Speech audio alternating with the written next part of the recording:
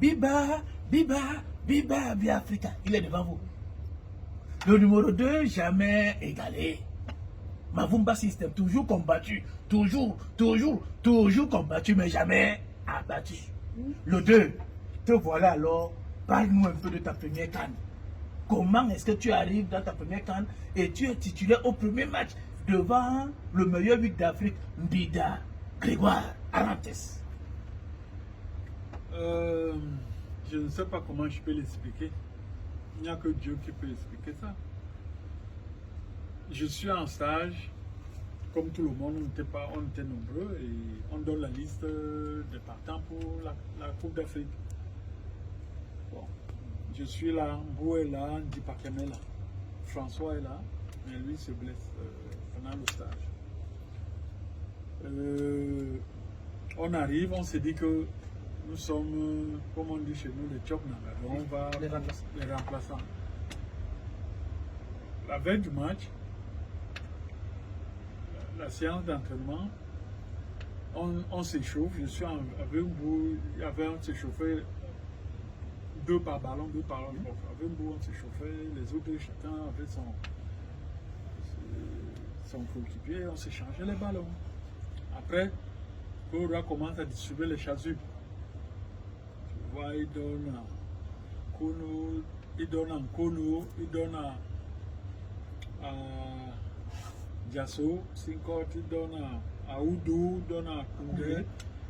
Bon, je vois, je donne le ballon à Mbou. Mbou est là, moi je suis là. Je vois, il donne à Mbou. Moi je fuis pour voir son intention. Oui. Il donne à Mbou, il donne à, c'est pas encore. Oui, il donne à lui. Il vient toujours vers nous. Je donne le ballon encore à Mbou, je fuis encore. Donc quand il reste un chasuble, c'est là où il me poursuit, il me dit, ouais André, moi je m'arrête, je prends le chasuble. C'est comme ça que c'est à cet instant que je sais que je vais jouer le lendemain. Mais moi j'allais à court, je savais que bon, j'avais mettre un constable devant moi et que j'allais apprendre, je pouvais entrer en cours de match. Je ne peux pas te dire pourquoi. Bon, il a vu que j'avais la capacité de jouer. Et il ne s'est pas trompé parce que j'ai fait un très bon match et une très belle Coupe d'Afrique. Oui, mais maintenant, tu as dit que vous êtes quelque chose avec vous. Je dis à Mbou, quand il m'a donné le chasuble, je suis venu à côté de vous, j'ai dit, Bobo, comme on nous a donné ce truc-là, on va plus, pour sortir de cette équipe, ça va faire, il va falloir que les gens là, que les gens, ça les travaillent pour nous enlever dans l'équipe.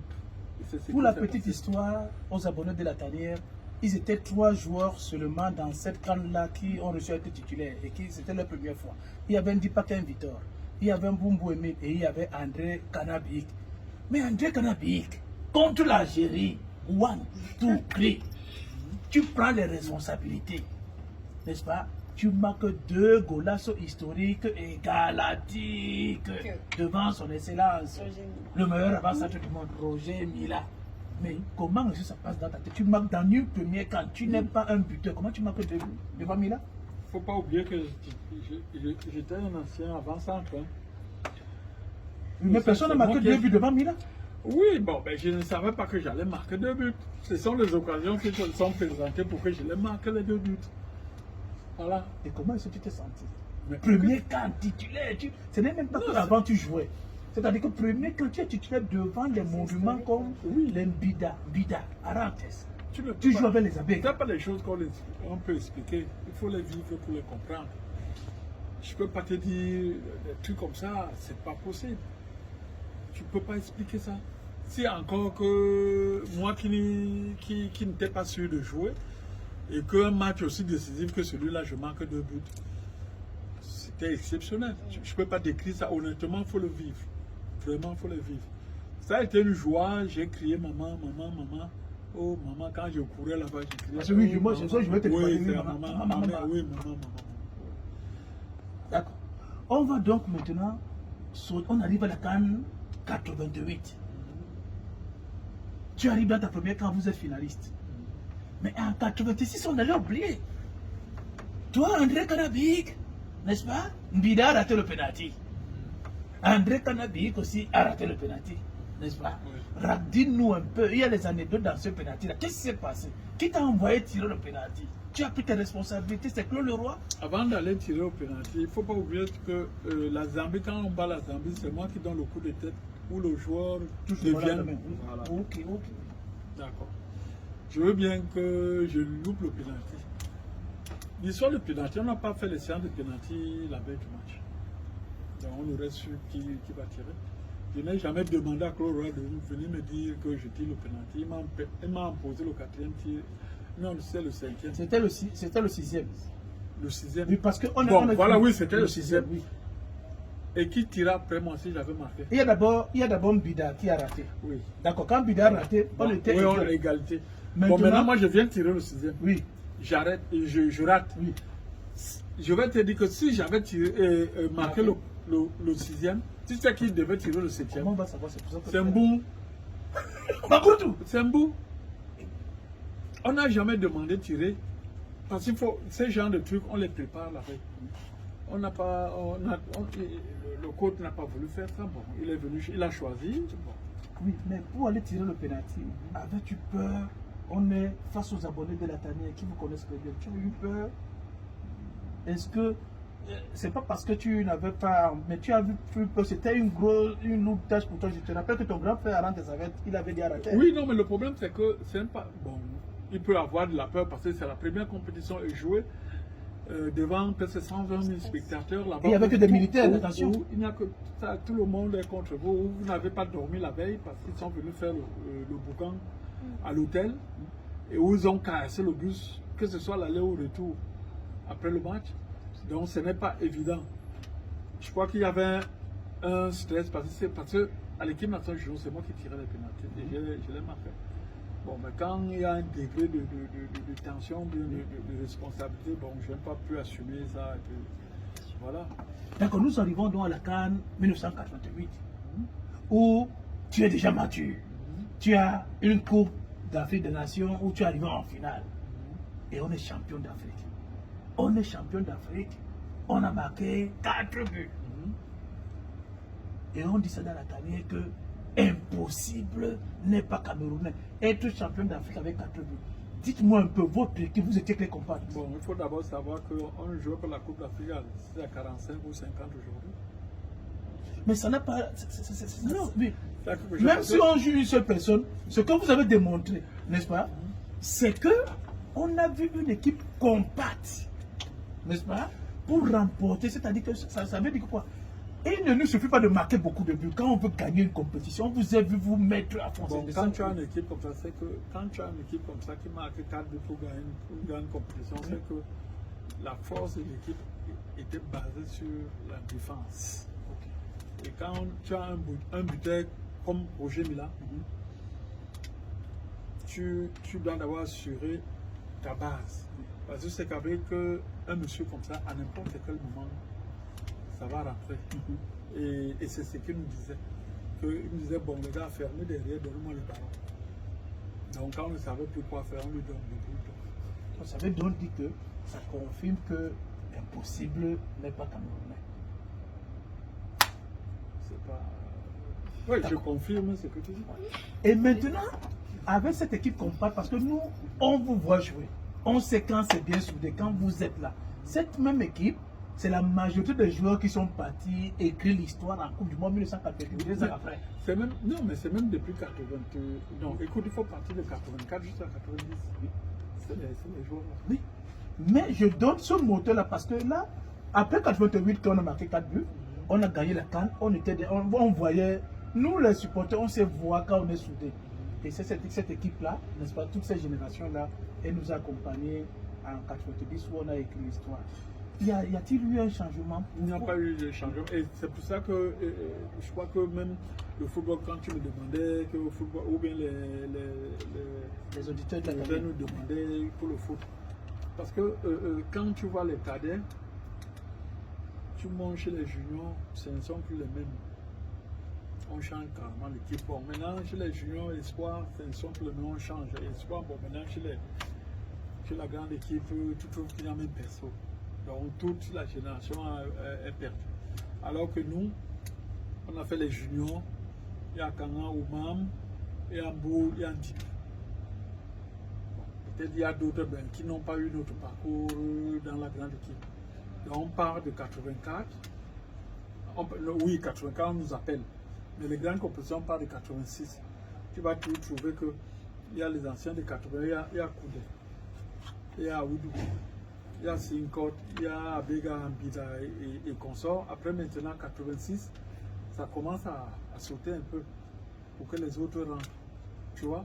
Donc il y avait un réservoir derrière qui était en sorte que même si Abega n'est pas là, il y aura quelqu'un qui ne sera pas Abega mais qui aura d'autres caractéristiques qui ressemblent à celles d'Abega. C'est pour ça que ce cheminement pendant ces années-là, déjà même en 82, je peux te dire que les choses arrivent de 82 même. Parce que les gens de 82, c'est les Milan. Oui, bien sûr, c'est que je sais ça. Mais votre bloc, n'est-ce pas? Votre bloc était déjà, on a commencé à voir, n'est-ce pas, en 86. Parce que nous, on regarde les trois. Parce que toi, tu étais en 86. Mais il y avait aussi les Missé qui ne jouaient pas, qui étaient là en 86. Et il y avait les Mbo et André qui étaient là en 86. Bon, ce n'est pas parce qu'ils n'ont pas joué. Mais on a vu que Claude Leroy avait déjà récupéré certains jeunes, tu vois. Oui. Et en 88, n'est-ce pas, ces jeunes-là, n'est-ce pas, ça monte. André, quand toi-même tu te regardes dans le miroir, au football camerounais, qu'est-ce que tu peux nous apporter dans notre fatigue spirituelle? Parce que tu es l'incarnation pure et simple de notre spirituel. Le fatigue spirit, on ne peut pas l'inculter à quelqu'un. On est avec.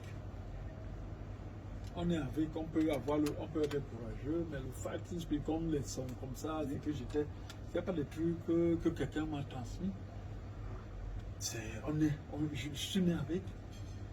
Je suis né avec. Je peux t'apprendre à devenir courageux.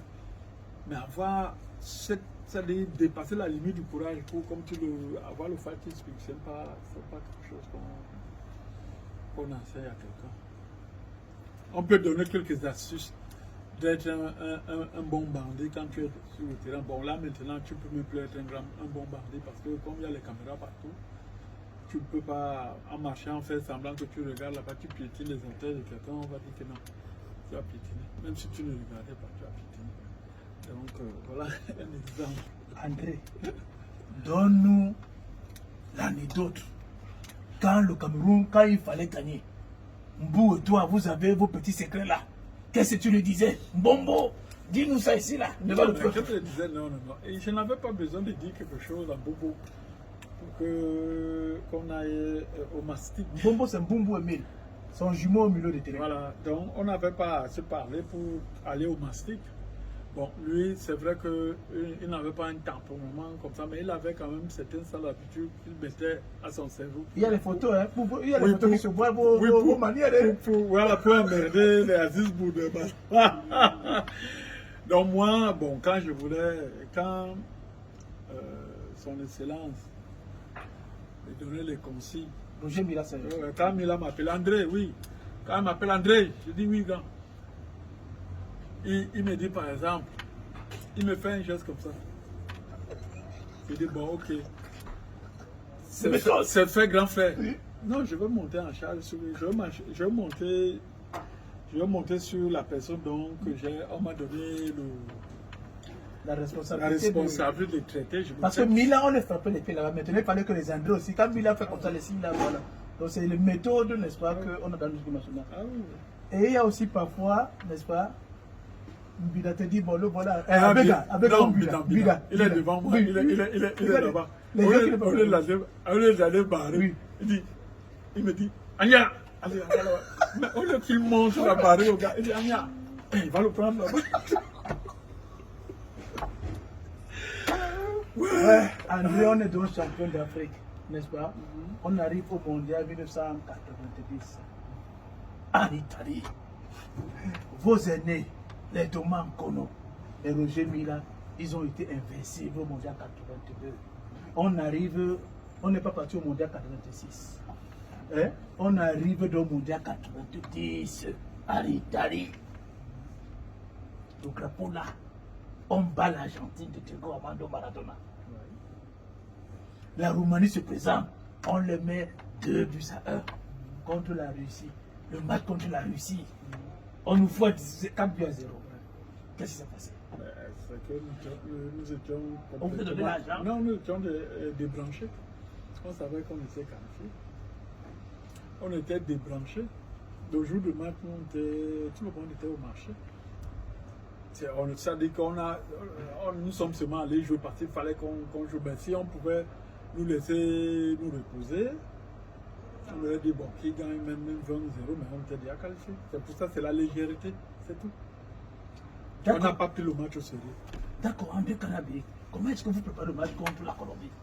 Très simplement, comme d'habitude. Hein. On s'est ressaisi, on a dit que bon, ok, on s'est relâché. Pour nous, le match contre la Russie, c'était une sorte de repos. On n'a pas mis l'intensité qu'on mettait aux autres matchs. Donc on s'est repris tranquillement et on a fait le job.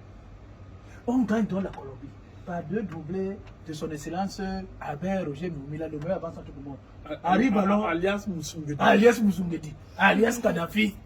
On arrive alors maintenant. Tu as eu, n'est-ce pas, tu es suspendu, tu ne peux pas jouer. Mais maintenant, la majorité des Camerounais croient qu'on perd contre l'Angleterre à 8 minutes de la fin du match, n'est-ce pas, où on est battu 3 buts à 2. Mais la majorité des Camerounais de la tanière, les abonnés de la tanière pensent que ce n'est pas que Libye a démérité ou pas. Non, au contraire, ils ont fait le meilleur match. Ils ont fait le meilleur match le Cameroun en Coupe du Monde. Mais nous-mêmes, avec notre équipe nationale, connaissant les méthodes que vous utilisez, vous et tout au milieu du terrain, et avec comme libéraux un certain Abla, on ne dit pas qu'un Vidor, Faya, on sait que si vous trois, là, les 3 suspendus, vous étiez là, le Cameroun. Même on en a aussi. Tu vois un peu. Ils ont formé l'axe très solide. Ils ont remplacé Massimo depuis. Dans l'axe, pendant les autres matchs, s'il n'avait pas été là, je crois que peut-être qu'on n'aurait même pas fait les 8e. Non, mais ce que j'ai dit, comme on dit, on a fait un très bon match, le meilleur même de la Coupe du Monde qu'on a fait en quart de finale contre les Anglais. Mais je crois qu'il n'y a pas eu des automatismes sur les postes importants que tu disais. Parce que moi, Mbo, on était les baromètres même de l'équipe, on savait comment on pouvait t'imposer, comment on pouvait piétiner, comment on pouvait peut-être donner un coup de coude. Et puis dans l'axe, là-bas, tu vois que Bennett et Feumassi, c'était lourd. La preuve de pénalty et tout. Donc, il n'y a pas que moi, parce que je n'étais pas là. Donc, il y a la somme de tout ça. Et je crois même que si nos entraîneurs avaient été un peu lucides, parce que je vous rappelle que quand on gagne l'Argentine, il y a les dirigeants qui disent qu'on peut rentrer. Hein. Ah oui, quand on bat l'Argentine, les gars disent que non, on a gagné la Coupe du Monde. Donc tu peux comprendre alors qu'on part juste en quart de finale. Donc même, je crois que même les entraîneurs étaient dans l'euphorie. Ils n'étaient plus dans leur tête, c'était plus qu'ils étaient des entraîneurs. Pour eux, c'est que peut-être qu'il fallait que ça se finisse, que ça finisse et que l'on rentre au pays. Parce que vraiment, il fallait pas de trop pour donner les consignes quand on mène 2-1. Que non, là maintenant, il faut garder le match. Il faut garder le ballon. Mais on a continué à attaquer, continuer à attaquer. On a laissé le derrière.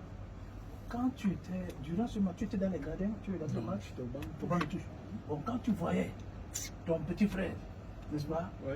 Son petit frère, parfois, n'est-ce pas, quand il avait l'opportunité, qu'il n'a pas eu la chance ce jour-là de marquer, si tu étais sur le terrain, n'est-ce pas, à 2 buts à 1, parce que quand quelqu'un a marqué, n'est-ce pas, qu'est-ce que tu aurais dû conseiller, en tout cas, toi, en ce temps, avec les Ndipakem Leonana? Quelle est la méthode que non, là, on aurait géré le match. À 8 minutes, parce qu'on a 8 minutes. Non, mais ça veut dire qu'on aurait géré le match. Oui. On les aurait pris en compte. C'est-à-dire qu'on s'est regroupé et laissé comme François aller vite et essayer de les prendre en compte. Essayer de pourrir le match.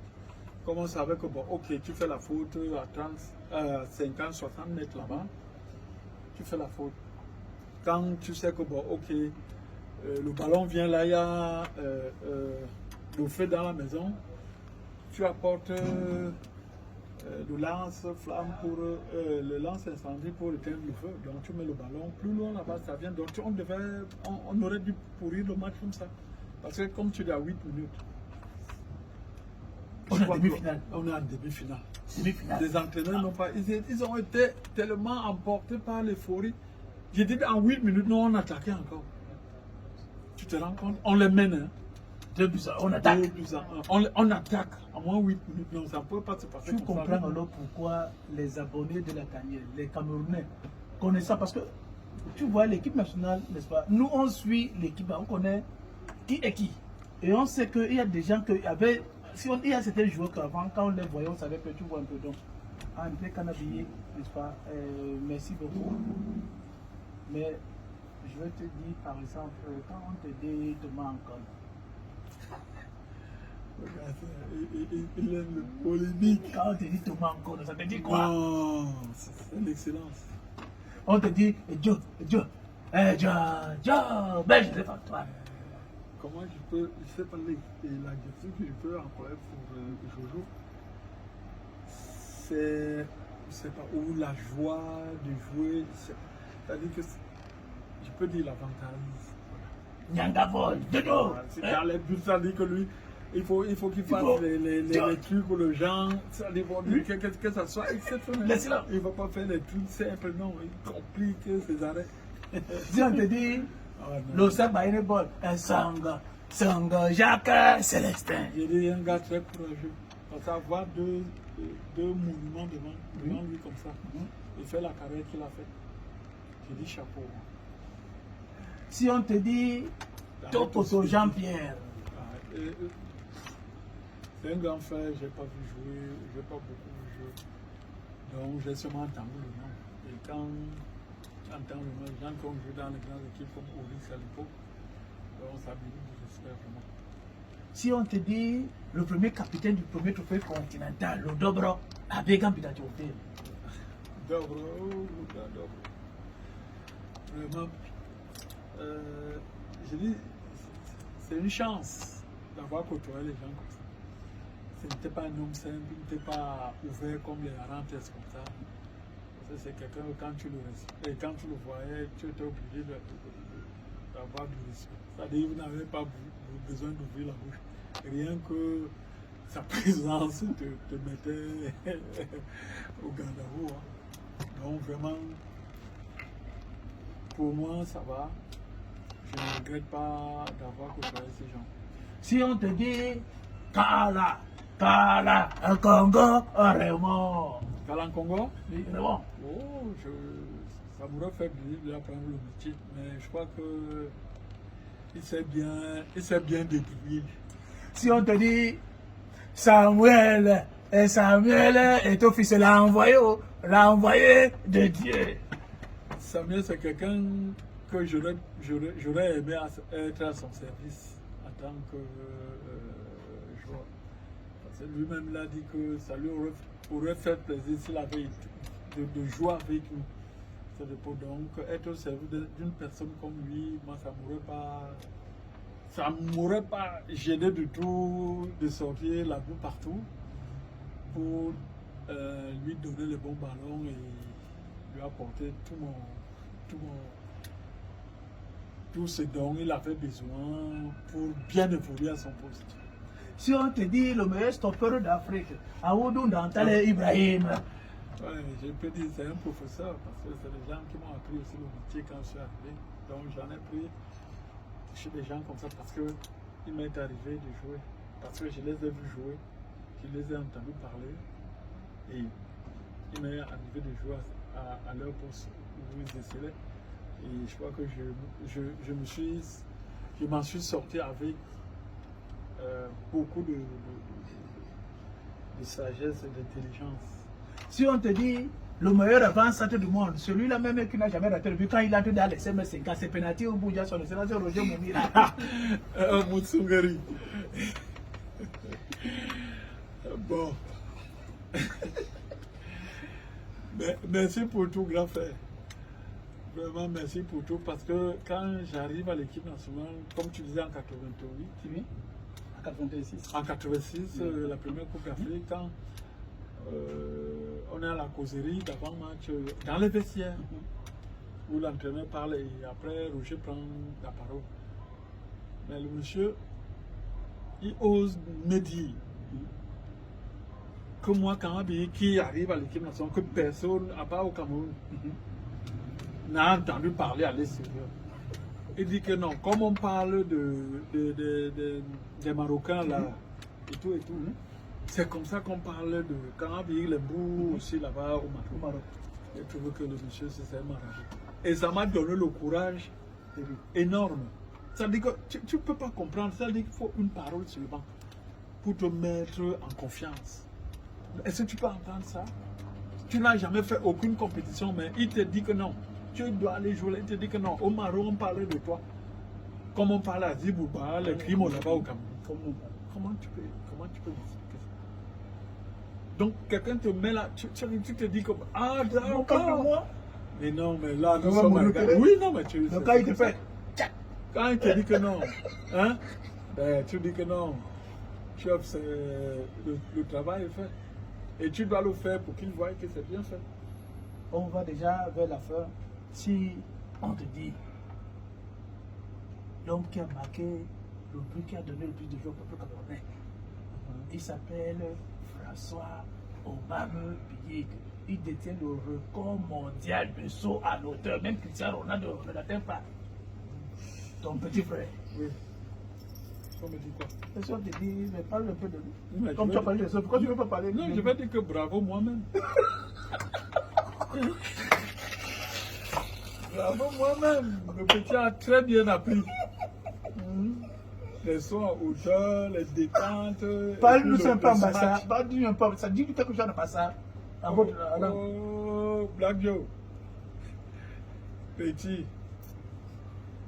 Bon, mais quand les secrets, mais tu secrets, il y a une épine qui c'est une homme contre l'Argentine.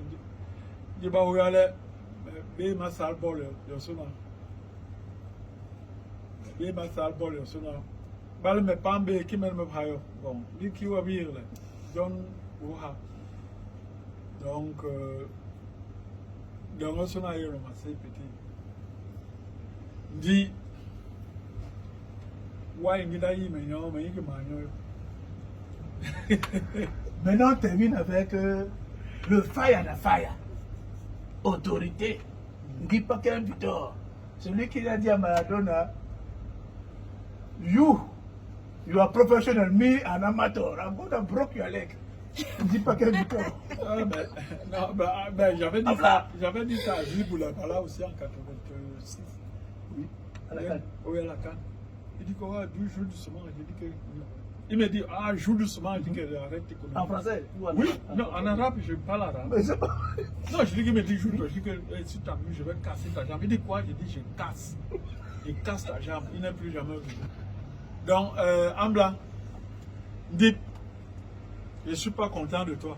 Parce que pendant tes tournées pendant la canne. Pendant la canne, je t'ai appelé plusieurs fois. Oh, Ambla, je suis à l'aéroport là. Quand j'arrive, je t'appelle. Oh, Ambla, je suis en train de visiter le stade là. Tu as mangé tout l'argent de la canne, tu ne m'as rien donné. Le jour, je te préviens, le jour où j'arrive au Cameroun, c'est toi que je viens chercher en premier. Et on va régler ça entre nous, le jour là. Et je préviens tous les Camerounais que quand il y aura bagarre, que personne ne se sépare. Ouais, André Canabi, merci beaucoup pour la majorité des Camerounais, n'est-ce pas? Vous êtes un monument.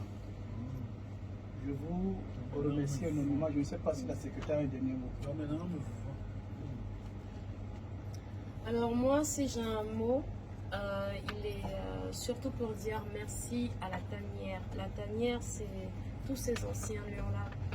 Très honnêtement, je connaissais très peu les anciens joueurs du football camerounais. Et au travers André Canabiik, j'ai eu pas mal de révélations sur les exploits. Parce qu'il y a énormément d'informations qui ne circulent pas sur les anciens joueurs. Et là, c'est très intimiste et ça me donne vraiment... je me sens très chanceuse de connaître notre véritable histoire. Et donc, je souhaite particulièrement remercier André Canabic pour la transmission qu'il fait au travers de cette page et qui est importante pour nous, la jeunesse, pour qu'on connaisse les batailles qui ont été faites avant, parce que ce soit sur le terrain de football ou même lorsque nous sommes un peu plus individuels dans nos parcours, c'est important de se souvenir de ce qui a été fait avant pour qu'on continue à faire avancer le flambeau. Et c'est pour cela que je me sens vraiment très très très heureuse de faire partir de la tanière et tout Camerounais se sentirait vraiment bien d'être dans la tanière. Mais vraiment merci André Canabic, merci à tous les anciens joueurs, merci pour tout ce que vous faites pour le football camerounais. Et la tanière est là pour exprimer cet indomptabilisme que vous avez vraiment créé en tant que Camerounais, en tant que lion indomptable du Cameroun. Et c'est vraiment une puissance que nous avons à l'intérieur de notre être. Et voilà, donc nous continuerons encore à échanger comme ça, davantage avec les anciens joueurs, tant qu'on pourra, parce que ça fait partie de notre identité culturelle. Donc voilà, merci beaucoup. Merci.